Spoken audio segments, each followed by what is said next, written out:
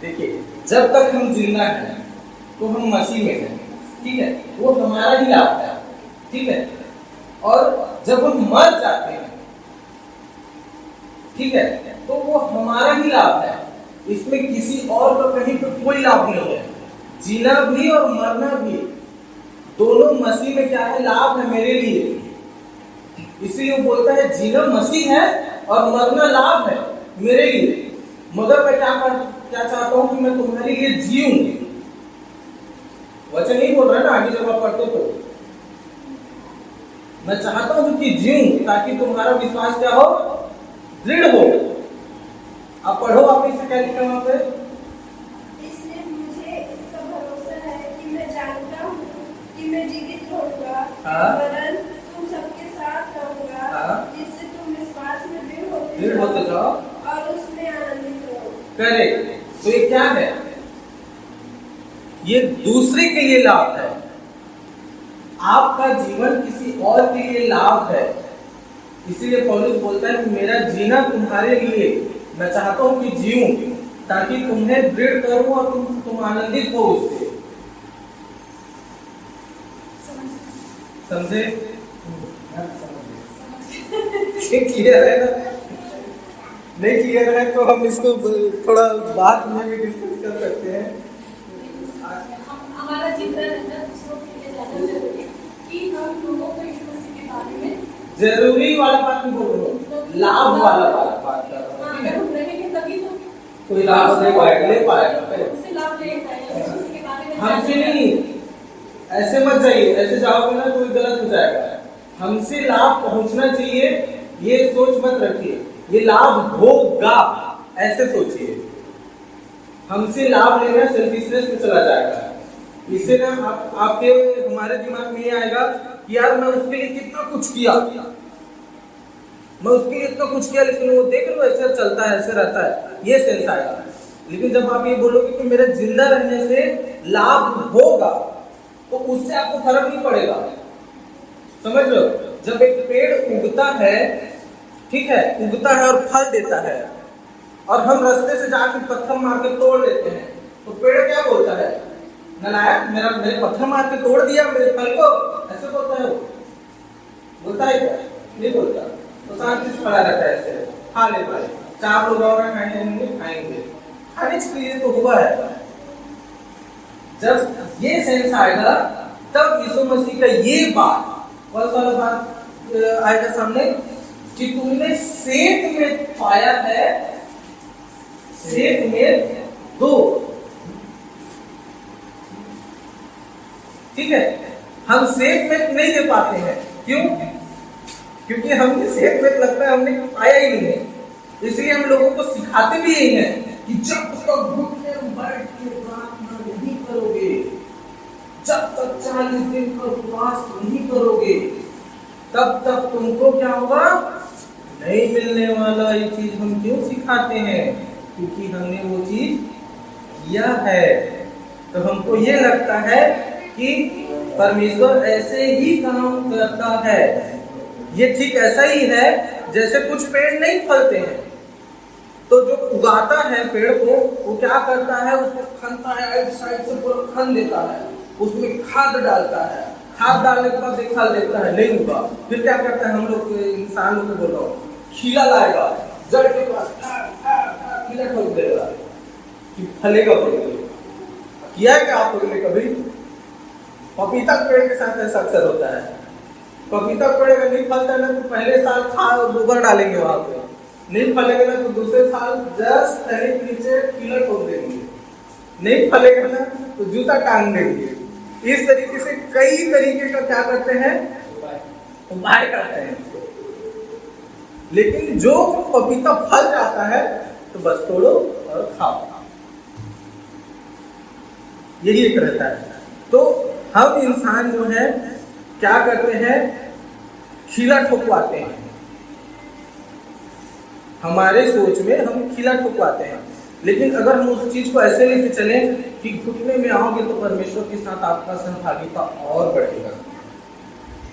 जब आप 40 दिन का उपवास करोगे ना, तो आपका प्रेम संबंध, आपका जो मसीह के साथ जो व्यवहार है, आमने सामने का व्यवहार है, वो और स्टेब्लिश होगा और स्ट्रॉन्ग होगा।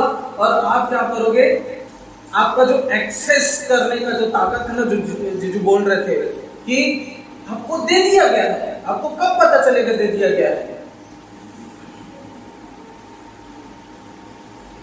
जब आप उसके साथ समय बिताओगे तब आपको पता चलेगा कि अरे तो मेरे पास है, मैं गाड़ी चाबी ले सकता हूँ। नहीं, मैं तो फ्रिज में से आइसक्रीम निकाल के खा सकता हूँ, बाप मेरे कुछ नहीं बोलेगा। आपको तब पता चलेगा जब बाप के साथ रहोगे तब। जब बाप के साथ हो ही नहीं, संबंधी नहीं है, अचानक से आता हो पिताजी ये चाहिए, तो आप कैसे जान लोगे? आपको तो ये लगेगा। जब ऐसे सामने आओगे ना तो पिताजी बोलेगा पढ़ाई किए बेटा? पहला क्वेश्चन, तुम तो उसके साथ समय ही बिता रहे हो, तो पिताजी यही पूछेगा ना, क्योंकि तुमको देखा ही नहीं हो दिन भर से, तो पिताजी क्या बोलेगा? पढ़ाई किया बेटे? क्या होमवर्क मिला? तब पहले क्वेश्चन नहीं आएगा, उसके बाद फिर आएगा कि ठीक है जा खा लो।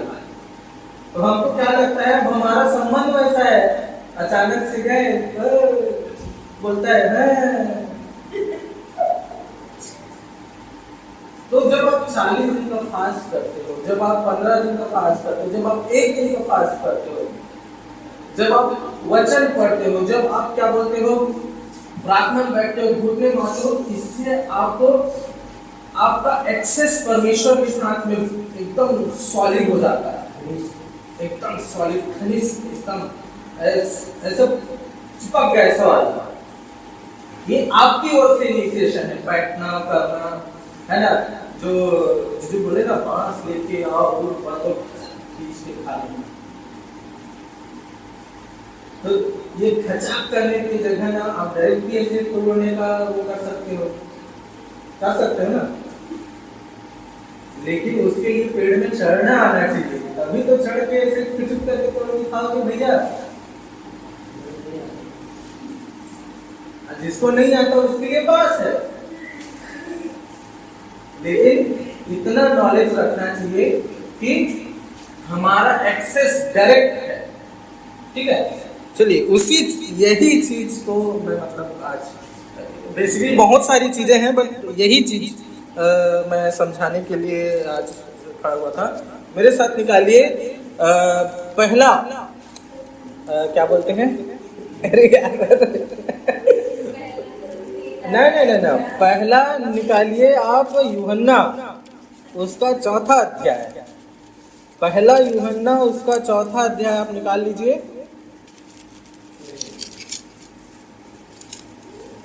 निकल गया? अरे मैं नहीं निकाल पाया। ठीक है, अब उसका पढ़िए 17वां पद। इसी से प्रेम हमें सिद्ध हुआ कि हमें न्याय के दिन क्या होगा, क्योंकि जैसा वह है वैसे ही संसार में हम भी हैं। कैसे है? जैसा वह है। अब प्रेम किससे सिद्ध हुआ? इसी से। प्रेम इसी से सिद्ध हुआ कि आप जानो कि जैसा वो मतलब कौन? यीशु मसीह कहाँ है?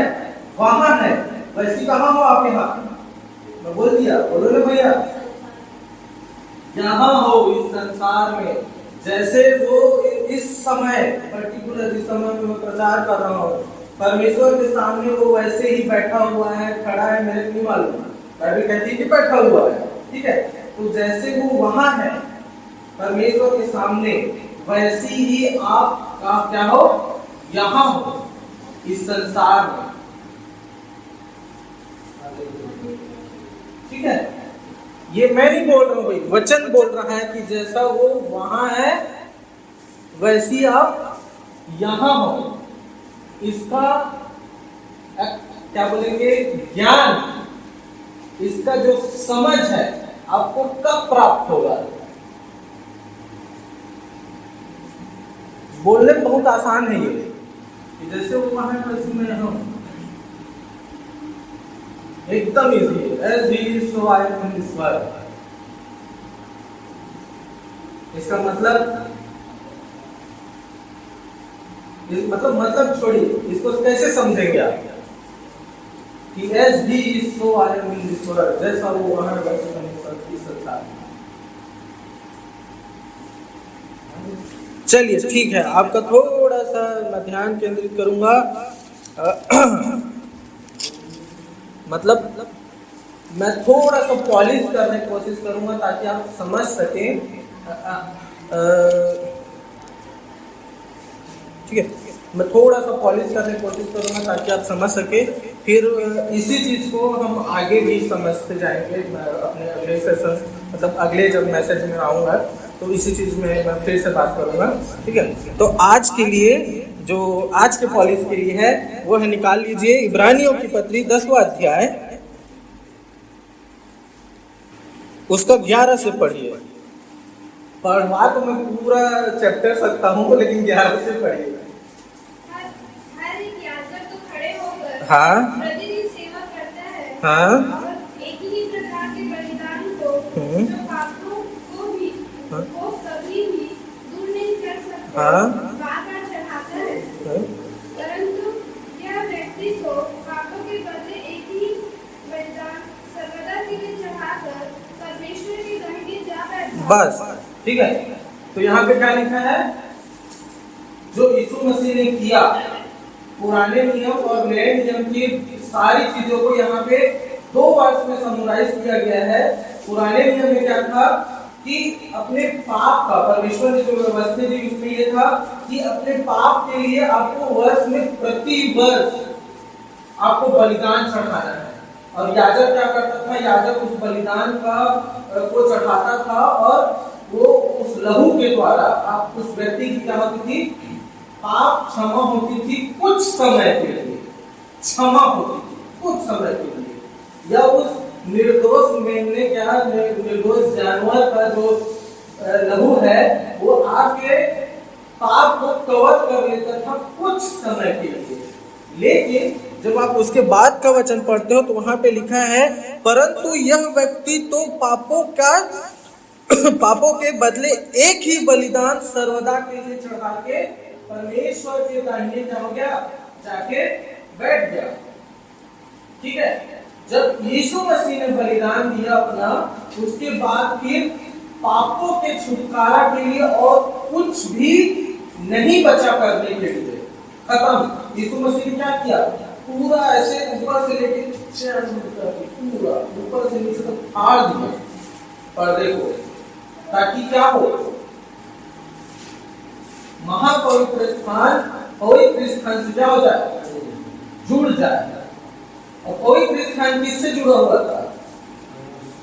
आंगन से। आंगन में नॉर्मल व्यक्ति जा सकता है, उसके बाद जा सकता है याजक। याजक महापवित्र स्थान में सिर्फ एक बार साल में, सिर्फ जो महायाजक है, सॉरी जो याजक के बाद जो याजकों में जो ग्रेट है, सबसे चुना हुआ व्यक्ति, वो एक बार साल में, हमेशा भी साल में एक बार, ठीक है, उस पर्दे के आड़ में ऐसे जा सकता था। लेकिन क्या हुआ? परमेश्वर ने क्या किया? जब यीशु मसीह ने बलिदान चढ़ाया अपने आप का, तो परमेश्वर ने उस पर्दे को ऊपर से नीचे तक फाड़ दिया और क्या कर दिया? एक कॉमन उसमें डाल दिया सबको, महापवित्र स्थान से सीधा आंगन तक, यानी यहाँ से डायरेक्ट एक्सेस परमेश्वर के पास, जहाँ पे महायाजक सिर्फ एक बार जाता था अपने साल में, ठीक है, पूरे साल में एक बार। और उसमें भी कहा जाता है कि उसके पैर में ना जंजीर बंधी रहती थी, रस्सी बंधी रहती थी। हाँ,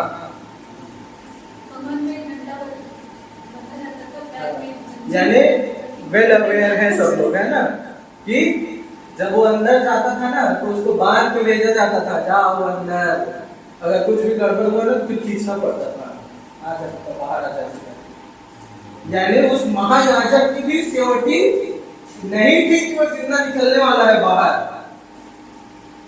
लेकिन यीशु मसीह के उस बलिदान के द्वारा, उस महापवित्र बलिदान के द्वारा, जो सारे चीजों को क्या किया?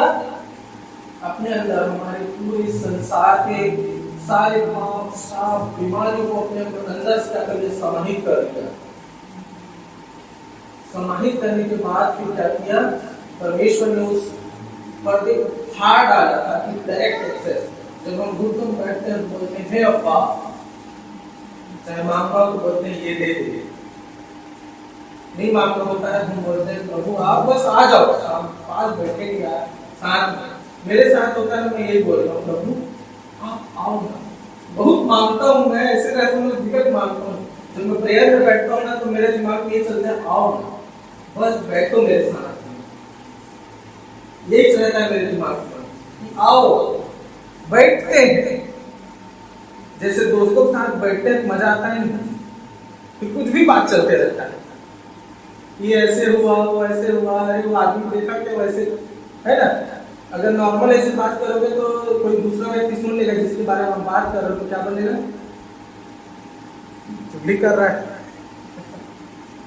लेकिन जब आप परमेश्वर के सामने बैठोगे तो उसके साथ संगति में, तो आपके मुंह से क्या निकलेगा पता है, प्रभु आपको लोग काम किया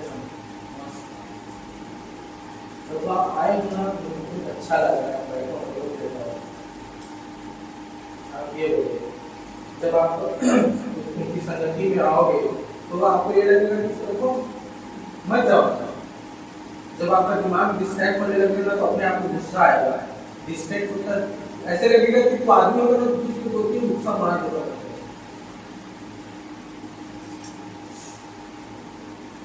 तो इस तरीके का एक इन्वायरमेंट जब आप परमेश्वर की संगति में बैठते हो तो बनता है। तो जब बैठते हो तो वो क्या करता है, आपकी आत्मा में एक उन्माद को एक्टिव करता है। जब आप परमेश्वर के साथ बैठते हो वो आपकी आत्मा को, आपके शरीर को हर एक रीति से सेटिस्फाई करता है, प्योर करता है, आपके एक्सेसिबिलिटी को बढ़ाता है, आपके मांगने के तरीके को बदल देता है, आपके टूटे हुए हृदय को जोड़ देता है, आपके परेशानियों के बारे में हल देता है। जब आप परेशान रहते हो तो वो आपको संभाल लेता है। जब ऐसे लगता है कि कोई नहीं है इस दुनिया में, मेरे पास कोई नहीं है, तो उस समय में वो आके बोलता है कि मैं तो हूं बेटा। जब आपको लगता है कि तो बहुत दिन से ट्राई कर रहा हूँ, जब आप लिटरली उनके सानिध्य में जब बैठ जाते हो और आप बोलते हो बस इतना ही बोलोगे ना, तो जो बहुत दिन से ट्राई कर रहा हूँ। और कब वो बता देगा, बस आप बैठो, वो बता देगा तेरे लिए सही क्या है, ठीक है। तो यहाँ तक हमने समझ लिया कि यीशु मसीह ने हमारे लिए हर एक बलिदान क्या कर दिया, चढ़ा दिया, और उसके क्या बोला, दाहिने जाके बैठ गया। अब 16 से पढ़िए।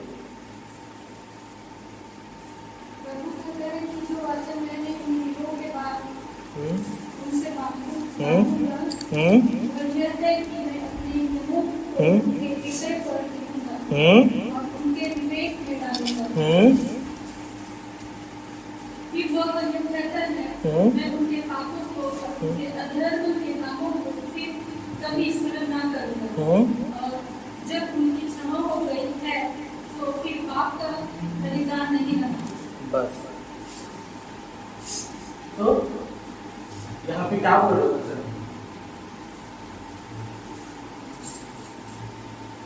उनके हृदय में, उनके मन में मैं क्या कर दूंगा,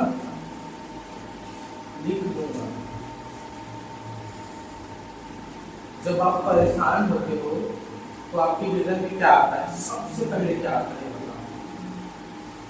छोड़ दीजिए।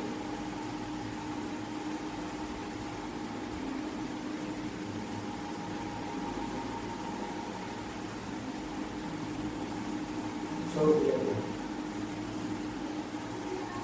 ये आता है।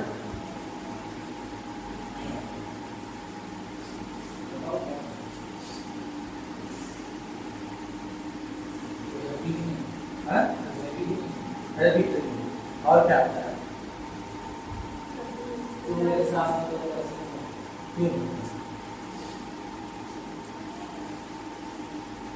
है ना?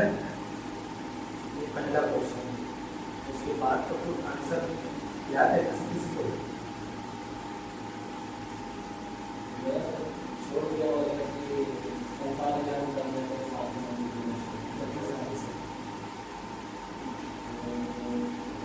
क्योंकि जब हम टूटते हैं ना और जब उस पास में गिरते हैं तो सबसे पहला क्वेश्चन यही आता है, प्रभु कुछ भी हो सकता है, छोड़ दिया क्या, नहीं हो क्या कर रहे हो प्रभु, यही चाहता है। जब हम पूरे फ्रस्ट्रेटेड माइंड में रहते हैं ना तो यही चाहता है, सबसे पहले क्वेश्चन यही आता है। उसके बाद जो दूसरा आंसर आता है ना, वही है जो आपके हृदय में परमेश्वर ने दिया कि मैं जगत के अंत तक तेरे साथ हूं। Nobody can change. यही है वो चीज जो आपके हृदय में, आपके मन में परमेश्वर ने लिख दिया है। तू मेरे साथ है तो मेरा विरोधी कौन हो सकता है? यही है परमेश्वर ने क्या कर दिया है, लिख दिया है। इसमें लिख दिया है, आपके हृदय में, आपके मनों में ये चीज डाल दिया है, लिख दिया उसने कि बेटा तू चाहे जिस भी सर्कमस्टेंसेस में खड़े रहे, चाहे तू अंधकार की घाटी से होकर जाए, मैं तेरे साथ खड़ा हूं।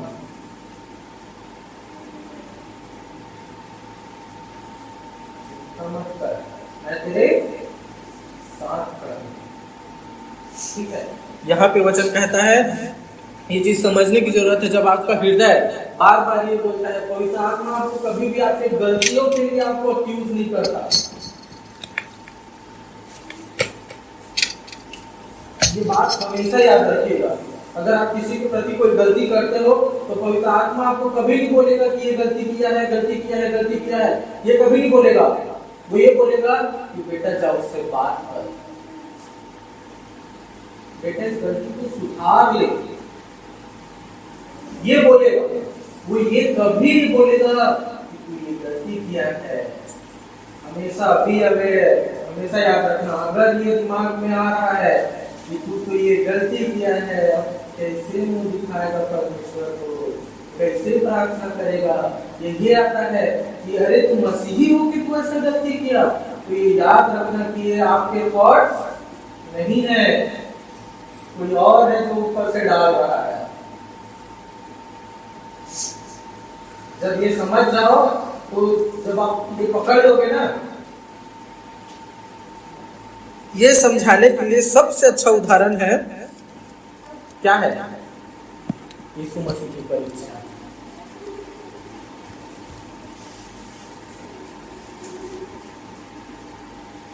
यीशु मसीह के हृदय में परमेश्वर के प्रति हर एक चीजें थी। अब्बा पिता के लिए उसके हृदय में हर एक बातें थी। तो जब शैतान बोला ना कि झुक मेरे सामने सारी सृष्टि में तेरे लिए देता हूं, ऐसा बोल दिया, तो बोला दूर हो जा शैतान।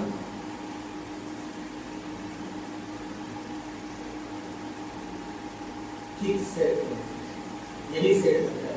तू ऐसा गलती करके कैसे परमेश्वर, तू मसीह हो के ऐसा कैसे कर सकता? तब जब सेकंड रिप्लाई आता है ना, दूर हो जा शैतान।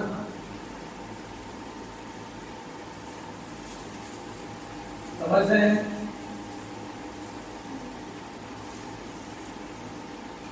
तो आज का जितना भी मैं, जो भी मैं अभी तक बताने का जा रहा हूँ, आप ये ओपन है, ठीक है? आप लोग किसी भी तरीके से ले सकते हैं। मैं इसमें कोई भी मैसेज का टाइटल नहीं दे रहा हूँ। परमेश्वर ने जो आपके लिए दिया है वो आप ले सकते हो, लेकिन जब हम आगे बढ़ते जाएंगे तो मैं चाहूंगा कि आप लोग सजेस्ट करें कि इस पर्टिकुलर में जो हम बढ़ रहे हैं उसको आप किस नजरिए से देखते हो। जिस नजरिए से मैं देखता हूँ वो जब मैं आखिरी हिस्से में पहुंचूंगा तब मैं शेयर करूंगा, ठीक है? तो अभी तक जो मैंने बातें कही वो ये है कि आप जो बातें, दो चीजें जो मैंने कही, जो मैं समझता हूँ मुख्यतः कही, वो ये पहला वो ये है कि आपका जीवन दूसरे के फायदे के लिए परमेश्वर ने ठहराया है, ठीक है?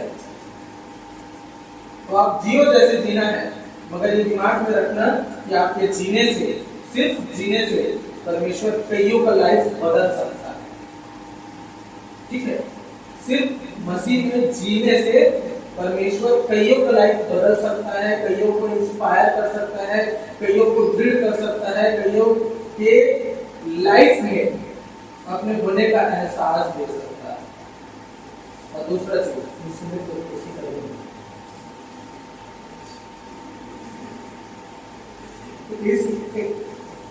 दूसरा चीज ये कि आप क्या है,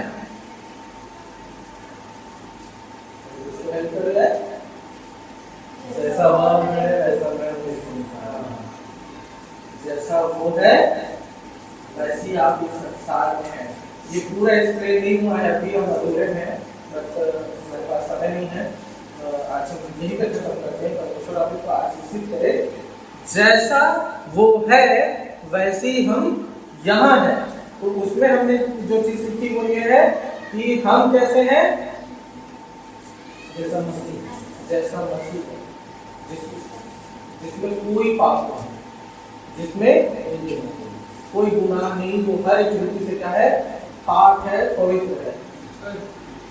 ओके, परमेश्वर आप लोगों को इस वचन के द्वारा आशीषित करे। हम आगे के पार्ट में जाएंगे, पास्टर साहब आगे से लीड करेंगे। आप सभी को जय मसीह।